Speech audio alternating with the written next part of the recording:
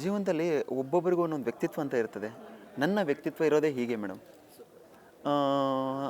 ನೀವು ಮಾತಾಡ್ತೀರಾ, ಮಾತಾಡಿ. ಅದು ಅವ್ರ ವ್ಯಕ್ತಿತ್ವ ಅವ್ರಿಗೆ ತೋರಿಸುತ್ತೆ.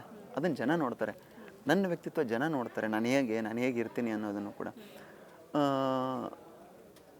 ಅವ್ರೇನೋ ಮಾತಾಡ್ತಾರೆ ಅಂದ ತಕ್ಷಣ ನಾನು ಅವ್ರಿಗೆ ವಾಪಸ್ ರಿಯಾಕ್ಟ್ ಮಾಡಿದ್ರೆ ಅವ್ರು ಮಾತಾಡಿರೋ ಮಾತು ವಾಪಸ್ ಬರಲ್ಲ ಅದು. ಬಟ್ ಅವ್ರ ವ್ಯಕ್ತಿತ್ವ ಅಲ್ಲಿ ತೋರಿಸುತ್ತಲ್ಲ. ನಾನು ಅವ್ರಿಗೂ ನನ್ನ ಮನೆಯಲ್ಲೂ ಹೇಳಿದ್ದೀನಿ ಸುಮಾರು ಸಲ, ಅವರೆಲ್ಲರೂ ಕೂಡ ಏನು ಮಾಡ್ತೀರಾ ಕಣ್ರಿ, ಈ ದ್ವೇಷ, ಈ ಜಗಳ ಇದೆಲ್ಲ ಮಾಡಿ ಏನು ಮಾಡ್ತೀರಾ? ಫೈನಲಿ ಗೆಲ್ಲೋದು ಒಬ್ಬರೇ, ಬಿಗ್ ಬಾಸ್ ಮನೆ ಒಳಗಡೆ. ಹೊರಗಡೆ ಜಗತ್ತಲ್ಲಿ ನಾವೇನೇ ಕಷ್ಟಪಟ್ಟರು ಗೆಲ್ಲೋದು ನಾವೇ, ಸಿಂಗಲ್ ಪರ್ಸನ್.